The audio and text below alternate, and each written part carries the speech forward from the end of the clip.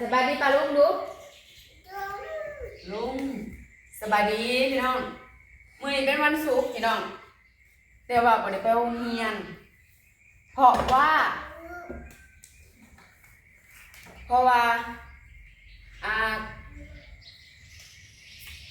ไปหัววันครูอยู่ทางมสพี่น้องแต่เฮาอยากลูกเฮาครอบนายแล้วบ่ได้ไปเนาะโรงเรียนก็เลยพักเฮาบ่ได้ไปโรงเรียนมันสิตกแตกเนี่ยไปก็เลยบ่ได้ไปพี่น้องเอาไผเปิดพัดลมนี่นะ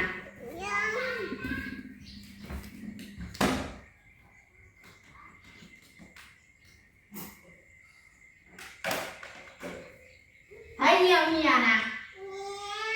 เหี่ยวไผเหี่ยวอย่าแก้ได้โหป่าลุงสิยังปีเบิ่งเอาพวกหมอกตาเข้ามาไว้โอ๊ยไม่เบิ่งมือนี่มันอ่อนแอพี่น้องเอ้ยก็เลยสิมาถ่ายคลิปปีกไผเดี๋ยวมันเปิดปีกนะ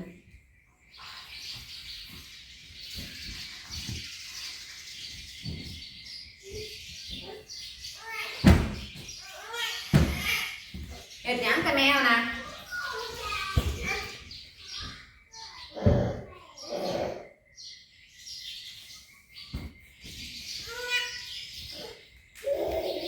เฮ็ดหยังทำไมนะนี่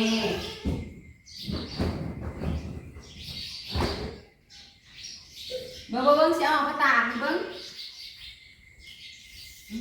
ระวังขนาดที่เหนียวมันน่ะเดิมซอดได้นะโอ้ยนี่โอเค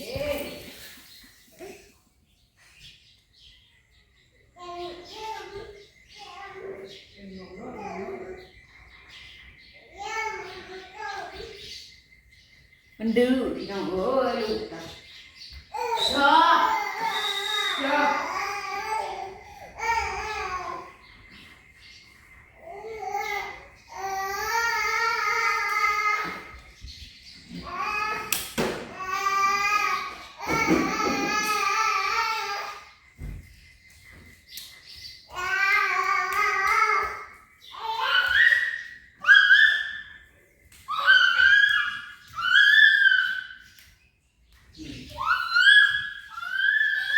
มาบอกไม่อาจจะต้องเงียบบอกว่ามันลงดินทำไรมา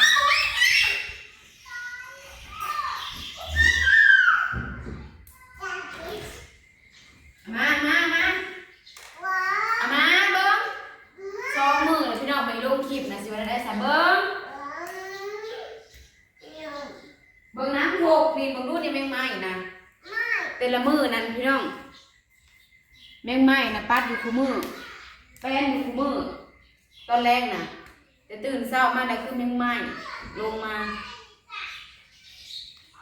เอามานะพลอยนะลอยกระโปงเด้อเอามาให้แม่นะนี่บอกหลานนี่บอกเลยเอาตัวหน่อยไปเลยเอาตัวใหม่ไปเลยเอาตัวใหม่ที่นอนไปนอนกันกลัวกูไปใส่แม่เด็กเดี๋ยวเอาแม่ดูเอาแม่ดู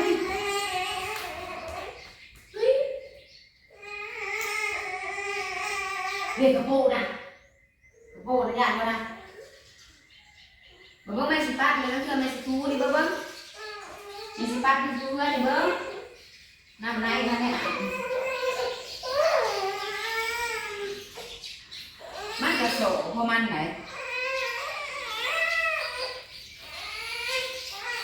บอกมีเสียงยังนะทำในเสียงยังนะ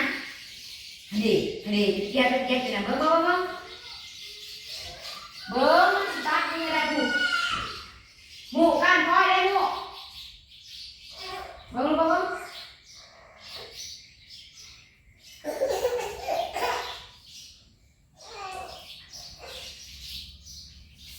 งยังมาป้ากันสิทูเพื่อนดิทูบ่อยแล้วสิทูอยู่เบิ้งไม่สิป้าไหนเลยทูเด้อโอ้เบิ้งสิเนี่ยอะไรนี่เบิ้ง คือรถไทยไปนะนี่เขาจะมาเลยหน่อยนะรถตู้มาเลยหน่อยเด้อมาไม่ได้รถตู้มาแม่มาไม่ได้รถตู้มาเอามาไม่ได้รถตู้เด้อรถตู้สิมาเอาเด้อไอ้พ่อเลยมันดำปัดเงินควรมันดำแห้งไปเอาปัดเงินใหญ่เบิ้งนั่นนี่แหละพี่น้องมาสิบอกมาซะเบิ้งคนนี้ไปโรงเรียนกับพี่น้องถ่ายคลิปอยู่ได้บ้านนี่เลยเอามาต่อกันบ่วะ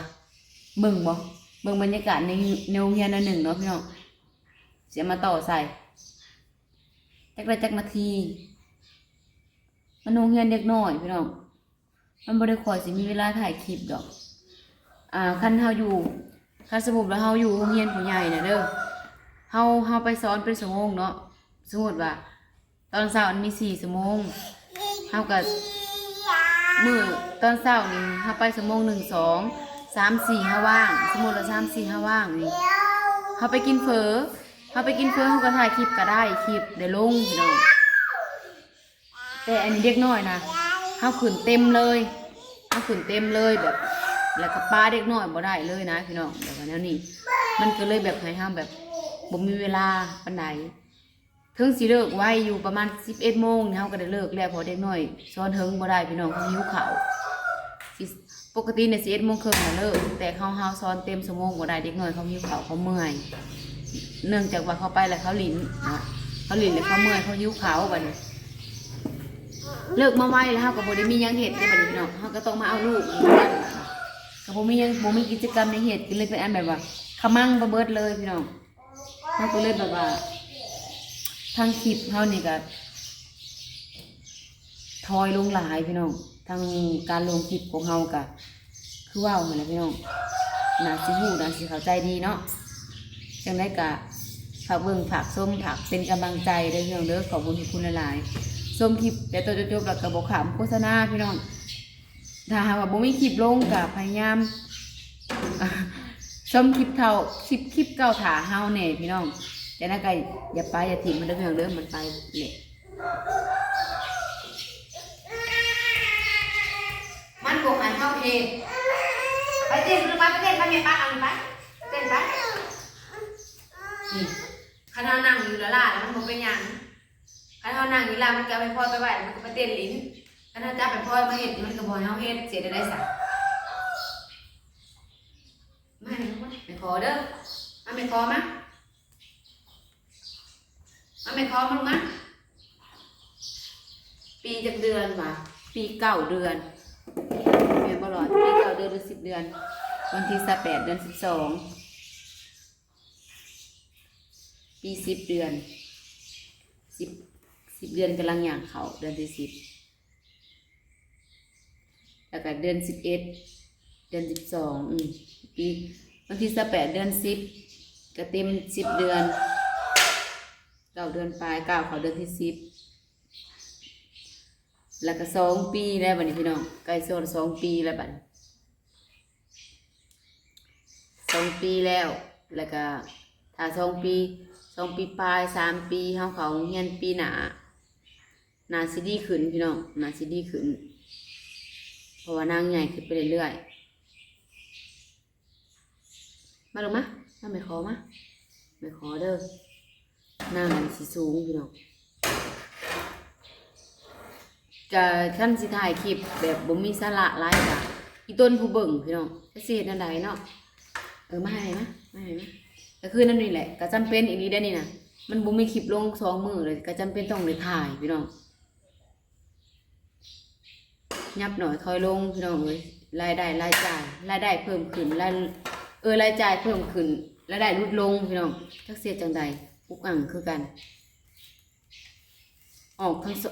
ก2 ทางเข้าทางเดียวบัดทั้งเมียก็ออกทั้งผัวก็ออกทั้งลูกก็ออก3อีกเขามีแต่ทางผัวทางเดียวบัดนี้ตายพอดีเบิ่งมันบ่หายนะพี่น้องเดี๋ยวไปเฮาสิเอาคลิปโตอันเฮาถ่ายอยู่โรงเรียนน้อยหนึ่งมื้อวานนี่บ่ว่ามื้อตอนเช้ามื้อวานนี่พี่น้องแล้วก็บ่มีโอกาสถ่ายต่อเลยสิ สิมาเสื่อมสิมาต่อกันลงเด้อพี่น้องเด้อจังได๋ก็ฝากเบิ่งฝากชมฝากเป็นกำลังใจบรรยากาศเป็นโรงเรียนน้อยนึงเนาะพานักเรียนอนามัยน้อยนึงก่อนสิเข้าโรงเรียนเนาะจังได๋ก็ขอบคุณทุกๆกำลังใจเด้อพี่น้องเด้อจังได๋ก็ฝากเป็นกำลังใจต่อไปนี่เด้อพี่น้องช่วยกลับไปสอนแต่ก็สอนเด็กน้อยพี่น้องเวลามันก็มีบ่หลายบ่นะคือเก่าเนาะเขาอยู่กับเด็กน้อยโทรศัพท์เนาะก็บ่ได้คอยได้จิ้มได้จึ้มพี่น้องอยู่กับผู้ใหญ่ยังว่าเอาลงไปลงก็ได้นี่แหละพี่น้องไปโรงเรียนกับเด็กน้อยมาเฮือนกับเด็กน้อยมันก็เลยแบบว่า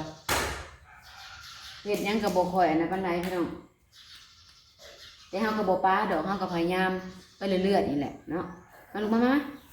เอาไว้มาพอกันที่ใหม่พี่น้องเดี๋ยวสิปิดคลิปแล้วจังสิได้มาเฮ็ดตำลังนี่นะมันบ่ได้เฮ็ดซ้ำอันนี้ก็ฝากเบิ่งฝากชมฝากเป็นกำลังใจพี่น้องอย่าลืมชมคลิปแต่ต้นจนจบบ่ขามโฆษณาเด้อพี่น้องขอบคุณหลายๆพี่น้องมาโรงเรียนก็บ่ได้ขอสิถ่ายคลิปปานใดเนาะพี่น้องเนาะมื้อนี้เป็นมื้อนี้ถือโอกาสสิถ่ายคลิปพอมันกับเด็กน้อยพี่น้องกับบ่ฮู้ถ่ายไปก็อย่ามันแบบในใดบุอย่าถือซาว่ากันเด้อพี่น้องอันนี้ก็เป็นคลิปแรกเลยเนาะสีมาถ่ายบรรยากาศในโรงเรียนให้เบิ่งพี่น้องก่อนอื่นก็ทักทายสบายดีกันเมื่อสักครู่ทุกคนสู่หมองสู่บอนคือเก่าพี่น้องบรรยากาศของเรียนพี่น้องอนามัยอยู่คู่มือกะขาวหุงอยู่คู่มือตามภาษาเด็กน้อยเนาะพี่น้องเนาะเดี๋ยวสิให้เบิ่งดูผู้เจียนะพี่น้องความจริงนั่นบอกว่าเว้าไว้ก่อนพี่น้องมันก็ต้องมีขาวพี่น้องเฮาสิกำกับนั่นได้กับเด็กน้อยก็กำกับไปแล้วพี่น้องเข่งเขาก็บ่ได้พี่น้องตามภาษาเด็กน้อยเนาะอย่าถือซาเด้อพี่น้องเด้อก่อน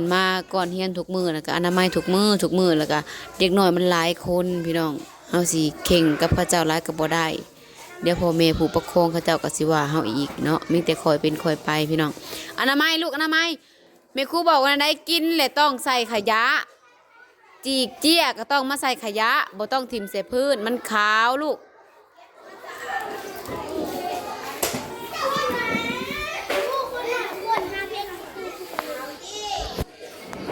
สั่งหาอนามัยพี่น้องเก็บข่าวบ่ให้มันมีขาวแบบแม่ครูพาเฮ็ดมือก่อนหั่นเด้ในมันสิงามและเฮ็ดเอาลูกแม่ครูพาเฮ็ดแล้วเก่งลูกเก่งสายป.4 ป.5 ผู้ใหญ่น่ะออกไปเก็บอยู่เดินเนี่ยลูกบ่แม่นป.4 ป.5 กับผู้ได้ใหญ่แน่เราไปเก็บอยู่เดินเบิ่งในเจียมันขาวนี่บ่แม่นป.4 ป.5 กับผู้ได้เสียใหญ่เราไปเก็บโลดเก็บลูกเก็บแล้วบัดนี้แล้วบ่ต้องไปทิ่มใส่เดินเด้อมันขาวมันบ่งามเด้อโดยแต่บัดนี้ปะลุงเอาคือซื้อแหละคือซื้อไว้แท้ตามภาษาพี่น้องเด็กน้อยมันหลายคนเนาะมันหลายคนเฮาสิไปควบคุมให้มันได้คือผู้ใหญ่มันก็บ่ได้พี่น้องบ่ต้องเอามาตรฐานของผู้ใหญ่มาเปรียบเทียบใส่เด้อพี่น้องแล้วก็บ่ให้เอามาตรฐานของเด็กบ่อนอื่นมาเปรียบเทียบใส่เนาะเพราะว่ามันแต่ละสถานที่เด็กแต่ละสถานที่มันบ่คือกันพี่น้อง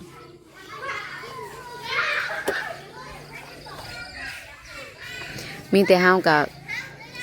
พยายามเฮ็ดซ้ำเฮาได้นี่แหละพี่น้องก็อยากพัฒนาขึ้นอยู่เนาะแต่ก็ค่อยเป็นค่อยไปเฮาก็หาก็ลงมาใหม่พี่น้องสิไปเจ้ากี้เจ้าการกับเด็กน้อยเขาหลายก็บ่ได้พี่น้องเดี๋ยวเขาสิบ่อยากมาโรงเรียนเขาสิอยากขาดโรงเรียนเด็กน้อยมันต้องคอยเว้าคอยจาสิไปเข่งกับเขาก็บ่ได้มันต้องแบบคอยปรับไปพี่น้องคอยเว้าเนาะ เว้าไปร้ายกับมันสิสะท้อนใส่ผู้ปกครองเขาสิมาว่าเฮาเด้